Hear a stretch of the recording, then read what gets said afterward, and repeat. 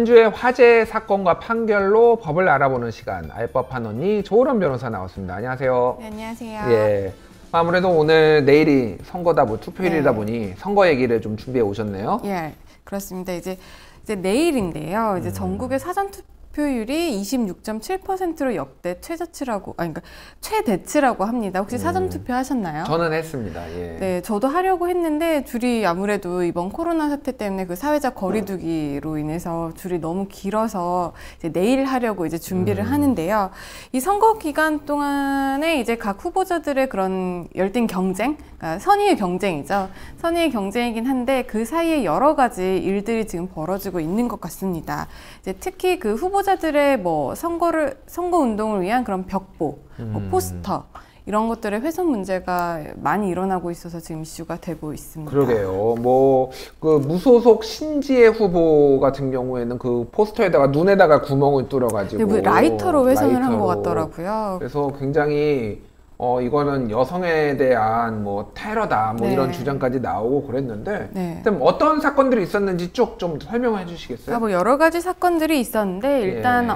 그저께 밤이죠. 이제 12일 밤에 이제 춘천에서요. 춘천 시민행동활동가가 이제 춘천 인근에서 이렇게 흰 모자 그리고 마스크를 착용을 한 다음에 예. 그 세월호 추모 펼침막을 이제 그 면도칼로 훼손을 하는 그런 사건이 발생했습니다. 예. 그리고 또 그 현장에 있던 김진태 후보 차량에서요. 그 훼손된 그 세월호 펼침막 23장 정도가 이제 발견됐다라고 하고 있습니다. 그렇군요. 근데 네. 저 세월호 저 펼침막 같은 경우에는 선거 공보물은 아닌 거죠? 네, 사실 선거 공보물은 아니죠. 그런데 예, 예. 이제 이게 문제가 된 것은 그 선거 운동을 하고 있던 그런 선거 운동 차량 그리고 선거 운동 그 하던 당원이 아마 이런 행위를 해서 현재 문제가 된 것으로 보이기 때문에 약간 뭐 포스터나 뭐 벽보 훼손 문제랑은 또 다른 문제지만 이것도 선거 기간 중에 일어났기 때문에 이렇게 이슈가 되고 있는 것 같고요. 예. 또 여성 후보들에 대한 그런 선거 포스터나 벽보 훼손이 현재 또 심각한 물의를 빚고 있는 것 같은데 예. 말씀하신 그런 신지혜 후보 선거 벽보가 라이터 등으로 훼손이 됐었고요. 예. 또 그 신민주 후보 관련해서도 선거 벽보가 훼손된 일들이 벌어지고 있다고 합니다. 신민주 후보는 은평을 지역에 출마한 기본소득당 소수정당 후보네요. 네네. 근데 굉장히 젊네요. 26살. 네, 그렇습니다. 그래서 지금 그 여성들 후보들에서 테러를 뭐 벽보 테러라고 부르는 건 좀 그렇고 그러니까 벽보 훼손이 다 젊은 여성 후보한테 몰려 있어요. 네, 예. 그래서 이게 뭐 여성 혐오는 범죄가 아니냐 이렇게 보는 시각들도 있기는 합니다만 예전 대선 때도 그랬고요. 지난 우리가 수차례 선거를 겪으면서 이런 선거 벽보나 포스터 훼손 문제는 뭐 이번 일이 뭐 최초고 유일한 것은 아니었거든요. 예. 이렇게 훼손을 해서 처벌받은 사례들도 있었고요. 절대 하시면 안 됩니다. 알겠습니다. 이제 뭐 법적으로 어떤 처벌을 받는지 좀 네. 설명해 주셔야 될 것 같은데 일단 네. 아까 전에 김진태 후보 측 그거랑은 좀 달라요. 지금 벽보 훼손. 네, 맞습니다. 예. 그 김진태 후보 측에서 벌인 행동 같은 경우는 선거 뭐 포스터나 이런 예. 현수막이 아니었어요. 선거 운동과 관련된. 그렇기 때문에 이것은 공직선거법이 적용이 되는 것이 아니라 일반 형법상 손괴. 그러니까 물건을 훼손을 하는 거죠. 면도칼로 예. 잘랐으니까 당연히 손괴죄가 성립을 하는 거고 또 이거를 훼손을 해서 또 차량에 싣고 가다가 이제 차량에서 발견이 됐잖아요. 예. 그렇기 때문에 이거는 또 절도죄로도 볼 수 있어서 현재 뭐 재물손괴죄 그리고 절도죄 아마 혐의를 받게 될 거고요. 그 여성 후보 관련한 그 포스터 훼손 사건 같은 경우에는 공직선거법상 이런 예. 뭐 포스터나 벽보를 훼손하면 안 된다라는 규정이 있어서 만약 일반 사람들이 이렇게 훼손한 경우에는 2년 이하의 징역 400만 원 이하의 벌금에 처해지고요. 예. 만약에 선거 관련 뭐 공무원이나 직원이 이런 행위를 했다라고 한다면 3년 이하의 징역 600만 원 이하의 벌금형에 처해지는 형사 범죄입니다. 그렇군요. 2년 이하 징역, 3년 이하 징역이면은 약한 거는 아니에요. 네, 약한 거는 아니지만 예. 실제 예전에 뭐 대선이나 뭐 지난 총선 때 이런 유사한 사건이 발생을 했을 때 예. 보통 이제 벌금형으로 벌금형. 끝났습니다. 그렇군요. 이거 같은 경우에는 그럼 공소시효라는 게 있나요? 보통 이제 범죄들은 모두 다 이제 공소시효가 있어요. 예. 그렇기 때문에 보통 법정형에 따라서 공소시효가 정해지곤 하는데 이제 공직선거법 관련해서는 공소시효가 다른 일반 형법상의 범죄들보다 짧습니다. 아, 그래요? 그러니까 이제 법의 규정이 6개월로 되어 있어요. 선거가 끝난 후 6개월. 6개월이요? 네. 근데 만약에 범인이 도피할 수도 있잖아요. 예. 범인이 도피하는 경우에는 이제 3년으로 늘어나는데 일단은 이제 6개월입니다. 그리고 공무원이 이런 범죄를 저질렀을 때는 10년이고요. 공무원은 10년, 그리고 네. 일반인은 6개월. 이게 네. 6개월이 보통 이제 선거와 관련해서 뭔가 불복할 뭐 사항이 있거나 그러면은 그 기한이 보통 6개월이잖아요. 네, 이를테면 그렇습니다. 뭐 부정선거가 벌어졌다 그러면 재판에 청구를 해가지고 네. 이제 하는 기간이 보통 6개월이니까 그 기간에 맞춰진 것 같아요, 이게. 그 기간에도 맞춰줬고 일단 선거가 끝났기 때문에 이제 이 범죄들은 그 전에 아까 말씀하신 대로 그런 다른 불복 절차, 뭐 이의제기 절차를 통해서 뭐 수정을 할 수 있기 때문에 비교적 짧게 설정을 해놓은 것 같습니다. 그렇군요. 그럼 만약에 선거 후에 훼손을 했다. 이건 어떻게 되나요? 이제 선거 후니까는 이제 마음대로 훼손을 해도 되지 않을까 이렇게 생각을 하실 텐데요. 이제 예. 법에는 공직선거법에 의해서 부착된 벽보나 현수막을 훼손했을 때 아까 말씀드린 뭐 2년 이하의 징역 400만 원 이하의 벌금에 처해질 수 있다. 뭐 이렇게 규정이 되어 있기 때문에 그런 벽보나 현수막들이 다 선거법에 의해서 이제 부착이 된 거잖아요. 예. 그렇기 때문에 동일하게 처벌을 받고요. 만약에 이게 뭐 전혀 선거 방해의 목적이 없었다라고 해도 재물손괴예요. 아, 재물손괴. 재물손괴는 2년 이하가 아니라 오히려 더 셉니다. 3년 그래요? 이하의 징역 700만 원 이하의 벌금에 처해질 수 있으니까 절대 훼손하시지 마시길 바랍니다. 그렇군요.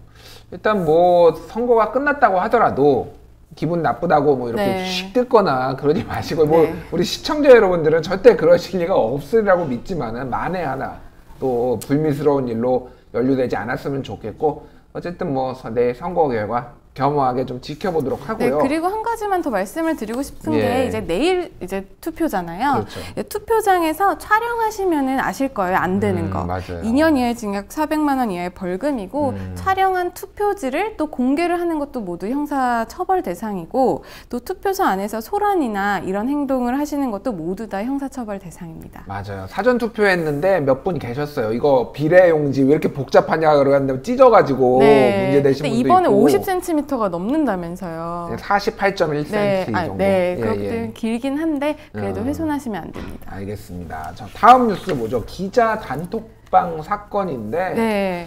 이게 뭐 많이들 들어보시긴 했을 텐데 모르시는 분들이 있으니까 설명을 좀 해주시죠. 예, 이제 이게 기자 단톡방 사건이라고 하는데 제대로 말씀을 드리면은 정확하게는 언론인 단톡방 사건이라고 해야 할 것 같습니다. 예. 이제 언론인들끼리 정보를 공유하는 그런 오픈 채팅방에서 그 불법 촬영물 같은 그런 성범죄 관련 영상물이라든지 그런 링크라든지 아니면은 뭐 성매매와 관련된 그런 서로의 정보 아니면 뭐 알선 이런 글들이 많이 올라왔는데요.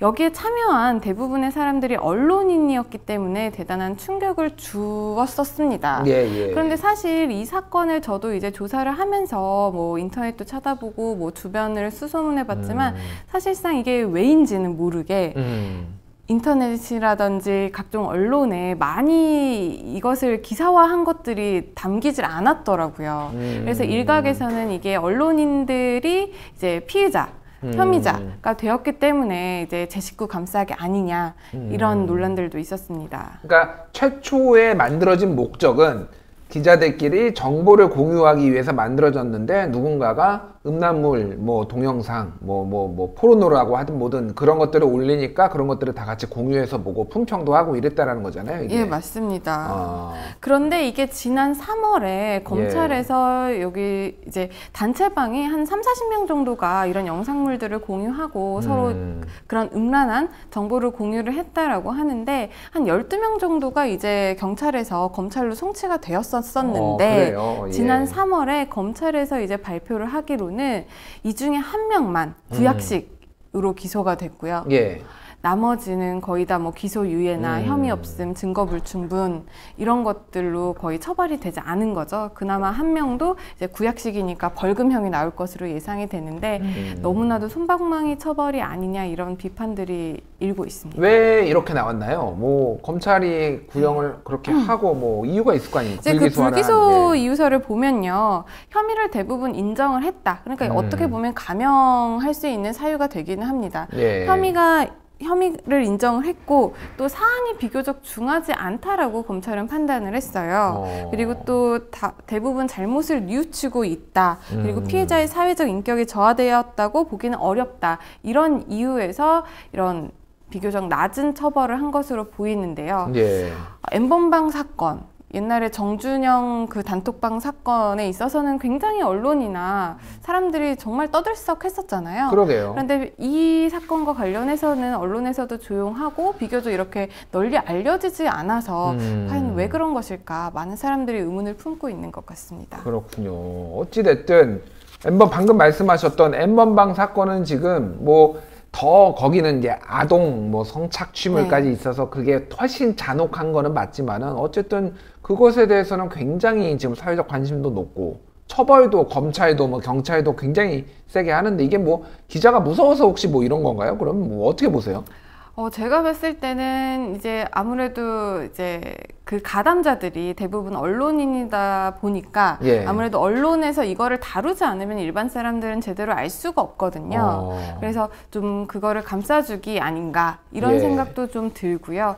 또 구약식 명령이 떨어져서 뭐 처벌 수위가 낮다라고는 하지만 이거는 현행 법령에서 나올 수 있는 한계라고 저는 생각을 합니다. 비교적 이런 불법 촬영물 유포라든지 아니면 그런 음란물을 유포를 했다 이런 것들이 현행 법상 뭐 정보통신망법 위반, 뭐 모욕죄 이런 것들로 처벌이 되기는 하지만 실제로 처벌이 되는 형량은 너무나도 낮거든요. 그래서 이런 문제들이 복합적으로 얽혀서 이런 결과가 나온 게 아닐까 싶습니다. 그렇군요. 법 앞에서는 만인이 평등해야 되는데 뭐 항상 한국에서 봐왔듯이 재벌 앞에서 불평등하고 지금 기자들 앞에서도 딱히 평등한 것 같지가 않아서 좀 씁쓸한데 지금 댓글에 몇몇 이렇게 제가 좀 바로잡아야 될 게 있는데 어떤 분이 미친 판사들이라고 말씀하셨는데 이거는 아직 판사 재판도 안 들어갔어요. 지금 검찰에서 발표한 거죠. 검찰이 기소를 안 한 겁니다. 그러니까 불기소를 하거나 약식 기소를 하거나 뭐 이렇게 지금 한 거니 기소유예 혐의 없음으로 내린 거라서 아직 판사를 욕할 때는 아니고 욕을 하시려면 이제 검찰을 욕하셔야 돼요. 그러니까 그거는 좀 바로잡고요. 자, 여성단체에서도 굉장히 강하게 비난을 했습니다. 이 검찰에 대해서. 그렇습니다. 이번 특히 그 언론인 단톡방 사건이 이제 언론에서 바로 이슈가 돼서 문제가 됐던 게 아니라 그 내부자, 그러니까 언론인들 중에 그 방에 있었던 어떤 내부자 중 한 명이 그런 여성 단체에 이제 그러니까 신고를 해서 제보를 해서 이게 수면 위로 올라왔던 사건이라고 합니다. 그럼에도 불구하고 많이 언론에서 다뤄지지 않았고 또 검찰의 그런 수사 결과라고 할까요? 그런 수사 결과가 비교적 너무나도 예상과는 달리 낮은 처벌에 머물러 있기 때문에 그런 여성 단체에서 이에 대한 비판적인 여론이 굉장히 거세고요. 뭐 재수사를 요구한다 이런 촉구 여론도 많은 것 같습니다. 재수사 가능성이 있나요? 근데 언론노조에서도 지금 재수사하라고 요청을 했는데 뭐 이런 건이 재수사가 된 사례가 있는지 궁금하네요. 재수사된 사례들은 뭐 다른 증거들이 밝혀지면은 재수사는 당연히 가능한 것이고요. 또 지난 9일에 이제 검찰 측에서도 지난해 7월 1일, 그러니까 작년 7월 이후에 이제 무혐의 되거나 기소 유예된 성범죄 관련해서는 사건 전체에 대해서 특별한 사정이 발견이 된다면 적극적으로 재수사를 검토하겠다라는 입장을 밝히고 있기 때문에 이번 사건 같은 경우에도 이제 성범죄 관련 사건인 거잖아요, 이것이. 그렇기 때문에 재수사의 여지도 어느 정도는 있어 보입니다. 일단 뭐 지켜보겠습니다. 검찰이 어떻게 나오고 법원이 또 재판이 들어가면 어떻게 나올지 지켜봐야 되는데 기소조차 안 한다. 모르겠어요. 이제 이게 또 어떤 동영상이었는지 어떤 맥락에서 이게 공유가 됐는지도 좀 들여다볼 필요는 있습니다. 저는 뭐 그런 것들은 좀 감안해야 되지만 그래도 이렇게 아무도 기소를 안 하는 것은 저는 좀 문제가 있다고 보고 어떻게 보면은 검찰의 기소 독점주의가 또 문제가 되는 거 아닌가 그 생각도 드네요. 네, 그런 문제뿐만 아니라 이제 제가 생각할 땐 또 언론인들도 이제 어떻게 보면은 자기들이 가진 힘을 이용해서 이런 결과가 나온 것일 수도 있잖아요. 예, 그러니까 예. 언론인으로서의 노블리스 오블리주도 좀 실천을 해주셨으면 하는 맞습니다. 바람이 큽니다. 맞습니다. 예, 맞고요. 저희가 또 이 사안이 어떻게 또 추가로 진행되는지 추후에 좀 지켜보도록 하겠습니다.